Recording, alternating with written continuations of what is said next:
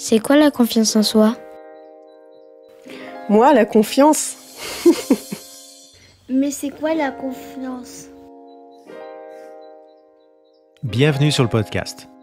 Ici, nous allons parler de ce qui se passe dans notre état intérieur et des outils pour vivre mieux et pour atteindre ses objectifs. Reach Your Goal est une agence de développement personnel et je suis Marco Pao, thérapeute relaxologue et life coach certifié. Avec ce podcast, je vais parler de certains thèmes qui sont abordés dans mon cabinet. Pour plus d'informations sur les sources de ce qui est exposé, n'hésitez pas à vous diriger sur le site reachyourgoal.ch. Aujourd'hui, comme vous l'avez compris, nous allons parler de la confiance en soi. Alors, c'est un sujet récurrent dans la gestion de ses émotions, la confiance en soi. Nous allons en parler, la définir avec ses petites sœurs qui lui sont très liées, l'estime de soi et l'affirmation de soi. Une fois cela fait, vous comprendrez le plan d'action que je vous propose en 7 points pour régler une fois pour toutes votre confiance en vous. C'est un plan général. Et dites-vous que vous êtes unique, donc certains éléments vous sembleront évidents, déjà traités, tandis que d'autres, inadaptés pour vous. À vous de faire votre choix, un peu, beaucoup, tout. Si le mode vidéo vous convient plus, vous trouverez le lien sur le site Reach Your Goal. Alors, rentrons dans ce sujet de la confiance en soi. Certaines personnes viennent me voir sur le thème de la prise de parole, de l'anxiété face à un événement, de se défendre face à ses collègues, face à sa famille, agir, se lancer, s'exposer.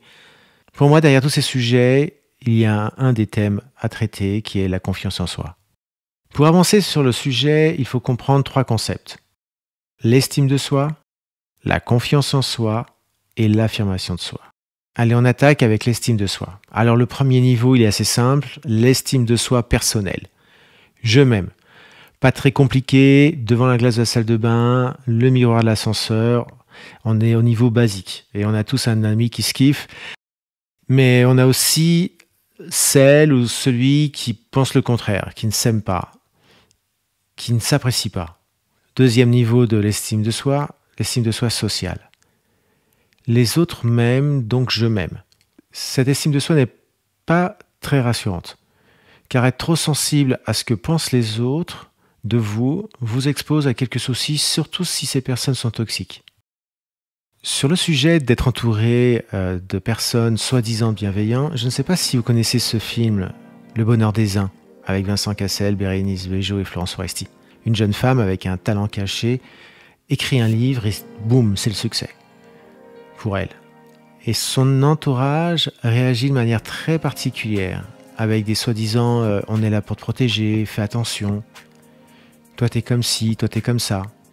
C'est très bien joué et montre toutes les subtilités de ces petites attaques, ces situations de passif-agressif, etc. C'est un sujet intéressant de voir comment certaines personnes peuvent se satisfaire qu'on ne fasse pas de vagues. Nous étions sur l'estime de soi sociale, c'est-à-dire mon estime de moi dépend de ce que pensent les gens autour de moi. L'estime de soi a généralement 2 critères, ce que je pense de moi et ce que je fais de ma vie. L'estime de soi peut être considérée comme l'écart entre ce que je pense être et ce que je voudrais être. Plus l'écart est élevé entre ce que je pense être et ce que je voudrais être, plus mon estime est faible. Une fois qu'on a compris ce concept de l'estime de soi, nous pouvons le résumer simplement par l'évaluation de ses valeurs. Passons à la confiance en soi. C'est considérer ses propres compétences dans l'action. Je vais agir, je vais parler et je suis confiant quant à cette exécution. La confiance en soi peut être considérée comme l'exécution, la mise en place, l'action de son estime de soi. Exemple, je chante sous ma douche et je fais ma star dans la glace de la salle de bain, mais devant 1000 personnes. Qu'est-ce qui se passe? Pourquoi c'est pas pareil entre chanter dans ma salle de bain et chanter devant 1000 personnes? Pourtant, je demande à mon corps de faire la même chose. Mécaniquement, physiologiquement, c'est exactement la même chose. Pourtant, c'est pas pareil. Pourquoi? On a rajouté une variable, la confiance en soi. La confiance en soi, c'est avant tout sa capacité à croire que l'on peut réaliser, appliquer ce qu'on sait faire. Dit autrement, la confiance en soi est l'application de ses compétences et de l'utilisation de ses ressources. L'affirmation de soi, c'est la capacité à exprimer ses droits sans écraser les autres. Voilà, on a fait le tour de ces 3 concepts. Affirmation de soi, estime de soi et confiance en soi. Et c'est important de mettre les bonnes choses à la bonne place. Et ces 3 concepts sont liés. Si pas d'estime de soi, alors l'affirmation de soi est fragile. Plus j'avance dans ma vie et dans l'action, plus j'avance dans ma confiance en moi, par l'action et la réussite, plus je satisfais mon estime de moi. Et par conséquent, l'affirmation de moi. Si vous êtes en voiture, ne réfléchissez pas trop à ce triptyque si c'est nouveau pour vous. Le point est que ces 3 notions sont liées et se renforcent les unes avec les autres. Mon point, c'est que tout ça, ça se travaille. Entre autres par l'action, par le fait d'essayer, par le fait de tenter d'avancer. Maintenant que nous avons la compréhension des 3 concepts, donc la matière, nous pouvons utiliser ces 7 points pour essayer de transformer les choses. Alors, les 7 actions que l'on doit faire pour développer sa confiance en soi. On y est. 1. L'acceptation. S'accepter, s'aimer, c'est le premier point. Ce que je suis est peut-être très moyen, voire médiocre. Pour le moment, mais je vais tenter de faire mieux. Dans ce monde où il y a des gens super, j'ai une très grande nouvelle. Il n'y en a pas beaucoup, voire très très peu. Le sujet n'est pas de s'évaluer par rapport aux autres, par rapport à ces soi-disant modèles que la société nous met sous les yeux tous les jours. Nous en parlerons plus tard, mais dans le cadre du lien entre l'esprit et le corps, sur des sujets comme la perte de poids, c'est très important. S'accepter et s'aimer. Deuxième point, ses croyances et ses besoins. En effet, il faut revoir sa carte mentale, comme on dit en PNL. Nous mettons certaines croyances et besoins avec plus ou moins d'importance et d'exagération. Et ces croyances et besoins peuvent être à la mauvaise place dans notre carte mentale. Il y a 2, 3 éléments à la mauvaise place qui nous bloquent complètement, qui nous tétanisent et nous empêchent de vivre pleinement. Je vais vous donner des exemples. Je dois être le meilleur ou sinon c'est pas la peine.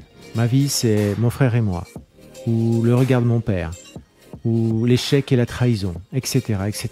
Ceux que nous applaudissons sont ceux qui essayent, qui tentent, qui ont des échecs et qui retentent. Votre programme interne, votre logiciel est peut-être à revoir. Votre carte mentale est à redessiner.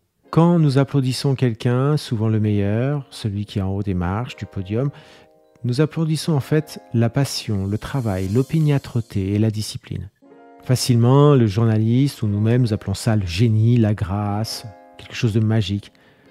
Parce que c'est beaucoup plus simple de faire ces conclusions à la va-vite. Mais en fait, on applaudit la passion, le travail, l'opiniâtreté et la discipline. On passe jamais du temps à regarder ces 10 ans de travail pour arriver à ce résultat qui va durer 10 secondes. Et à force, on ne croit que ce moment magique. Vous devez être conduit par une petite voix intérieure et non pas par les commentaires d'un étranger. Personne n'est parfait, pas vous et pas les autres.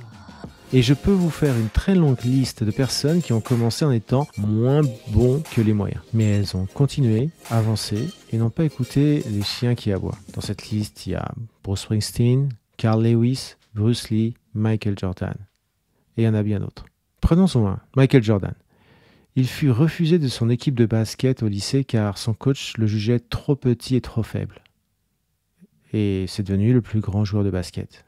Il aurait été très simple, face à ce constat de professionnel du sport, face à ces faits qui sont forts, inchangeables, trop petits, trop faibles, on ne devient pas plus grand, on ne devient pas plus fort comme ça, de renoncer et presque de trouver des prétextes à dire donc, je ne suis pas fait pour ça. Autre exemple, la mère de Thomas Edison qui reçoit une lettre du maître d'école et qui dit « Votre fils est nul et déficient ».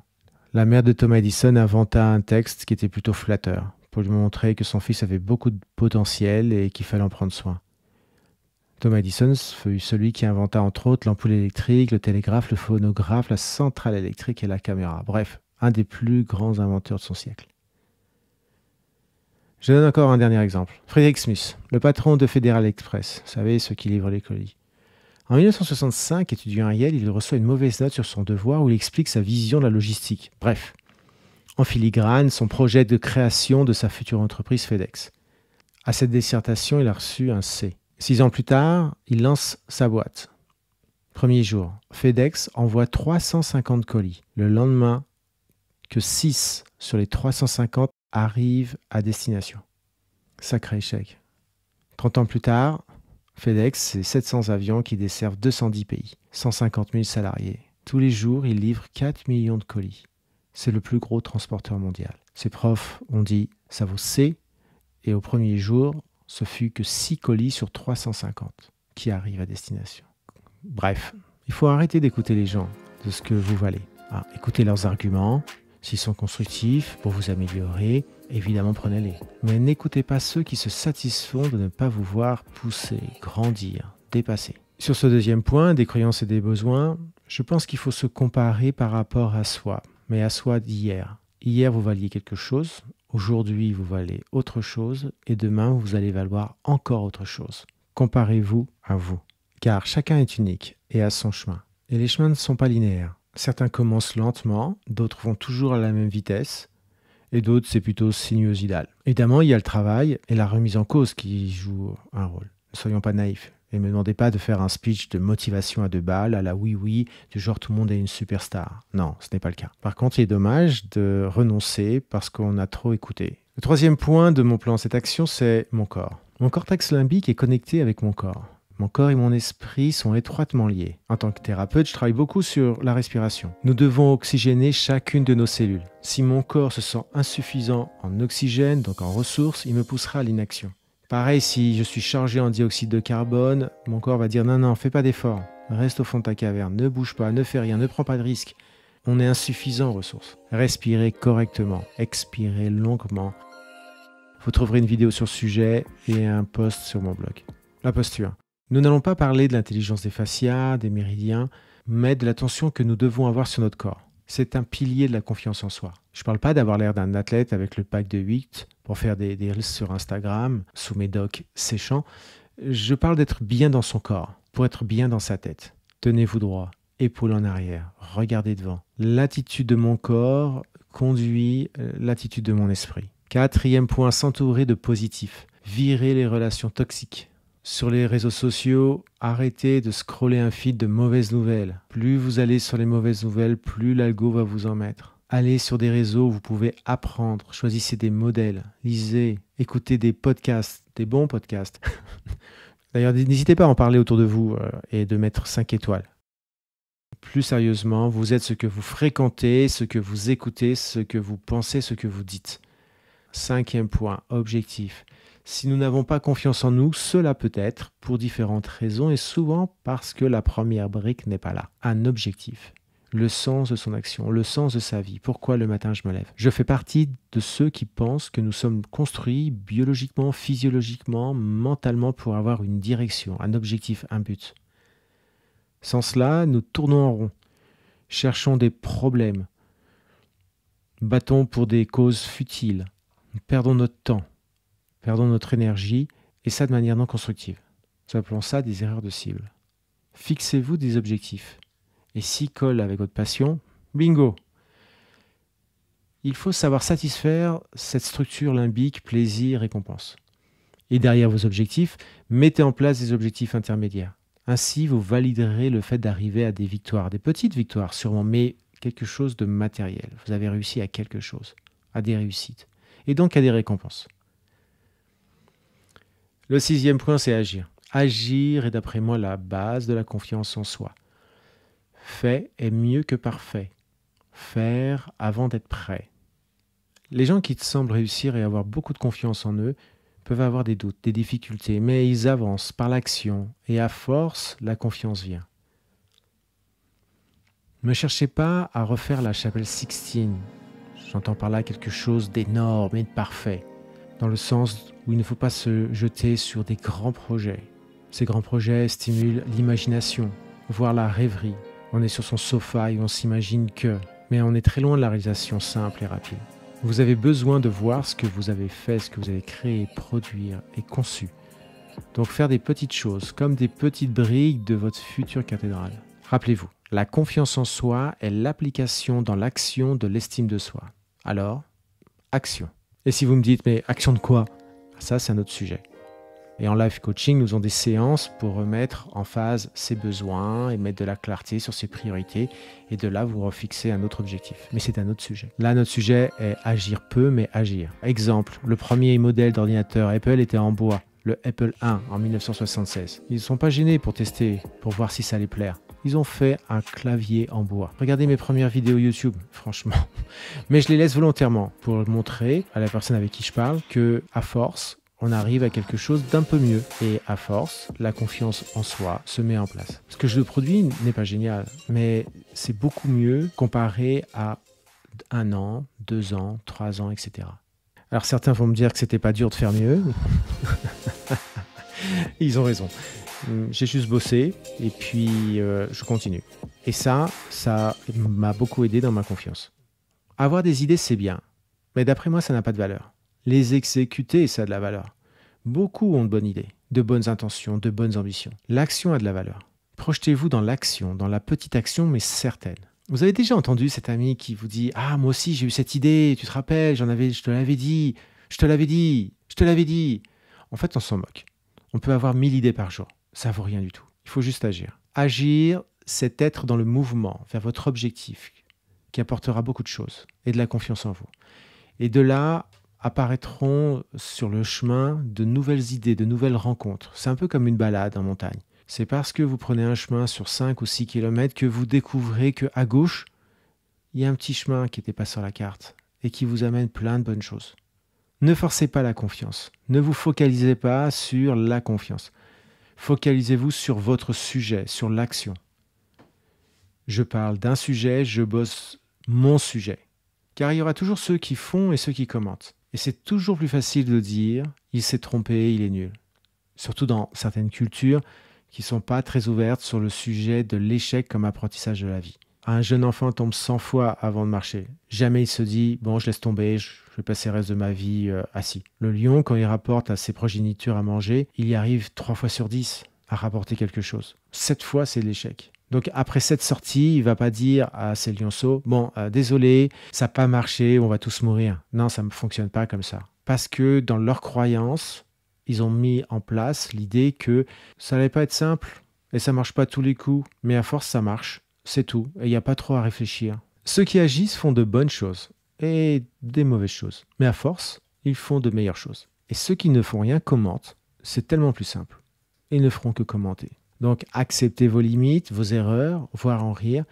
Cela fait partie de la balade de la vie. Mais ne vous laissez pas faire. Ne vous laissez pas submerger par les autres, sans écraser les autres. Remarquez une chose, ceux qui font les choses bien, ils ne se moquent jamais de ceux qui essayent. Car ils savent la difficulté que c'est d'avancer, de se remettre en cause et de peiner. Sur ma chaîne YouTube Marco Pao, vous trouverez une vidéo où je parle de Tiger Woods, qui au top de sa carrière a remis en cause son swing et a chuté pendant 3 ans au classement international. Tout le monde le montrait du doigt. Tout ce qu'il entendait pouvait le pousser à perdre sa confiance en lui. Mais il était conduit par une force intérieure. Et pendant 3 ans, il a travaillé ce swing pour arriver réellement au top. Évidemment, l'action doit passer par la variable de la cohérence dans ce qu'on fait, de la consistance, et que ça soit quelque chose d'atteignable. Si demain je dis à ma femme que je vais attaquer une carrière de mannequin pour des marques de shampoing, elle va absolument poliment me dire peut-être qu'il faut que tu réfléchisses à tout ça, ne t'emballe pas trop. Ce que je veux dire par là, c'est que oui, il faut de l'action. Mais avant, il faut prendre une feuille et un stylo et réfléchir à je vais mettre toutes mes ressources, mon énergie, ma force, mon temps et peut-être aussi de l'argent. Mais il faut que je vise une bonne direction. Encore une fois, c'est un autre sujet de la confiance en soi qui est de chercher ses objectifs. 7e et dernier point, la discipline et la routine. Par mes routines, je mets en place une structure stable et certaines me donneront un sentiment de sécurité. Ça peut être aussi simple que tous les jours se lever à la même heure, bosser pendant 20 minutes mon sujet, m'entraîner, faire la même chose le soir. Un soir sur 2, passer 1h30 à mon projet de reconversion professionnelle, ou à m'entraîner à la prise de parole en public, etc., etc. Ce sont des routines et ça fait partie de la discipline. S'entraîner à quelque chose et ne pas lâcher. Ce sentiment de sécurité rempli m'aide à m'exposer, à prendre des risques. Et je prends des habitudes. Des habitudes à ne pas hésiter à prendre mon téléphone pour appeler des gens, pour m'aider, pour collaborer sur des projets. Et dans mes plans, il y a une prise d'habitude. D'être dans l'action, d'en parler autour de moi. Ça aussi, ça va me donner confiance en moi. Ces 7 points sont un peu génériques sur les cas vus au cabinet. Évidemment, chacun est unique et ceci est une proposition très générale de premier niveau. Mais là, nous mettons un pied sur le sujet de la confiance en soi pour se lancer, pour parler, pour se défendre et certaines fois tout simplement de négocier un peu plus de temps à la maison. Pour conclure, Je vous conseille de mettre en place un journal. N'hésitez pas à écrire tout cela, vos avancements, vos limites, vos surprises. Et il vaut mieux un peu tous les jours qu'un coup qui tombe à l'eau.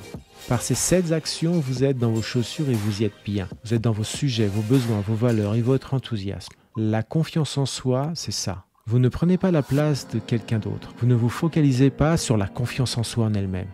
La confiance en soi est la conséquence de l'ensemble des 7 points. Si vous avez des questions, des remarques, contactez-moi. Abonnez-vous à ce podcast, parlez-en, 5 étoiles, etc. Et si vous n'aimez pas, parlez-en aux gens que vous n'aimez pas. Voilà, je vous souhaite une bonne journée et action.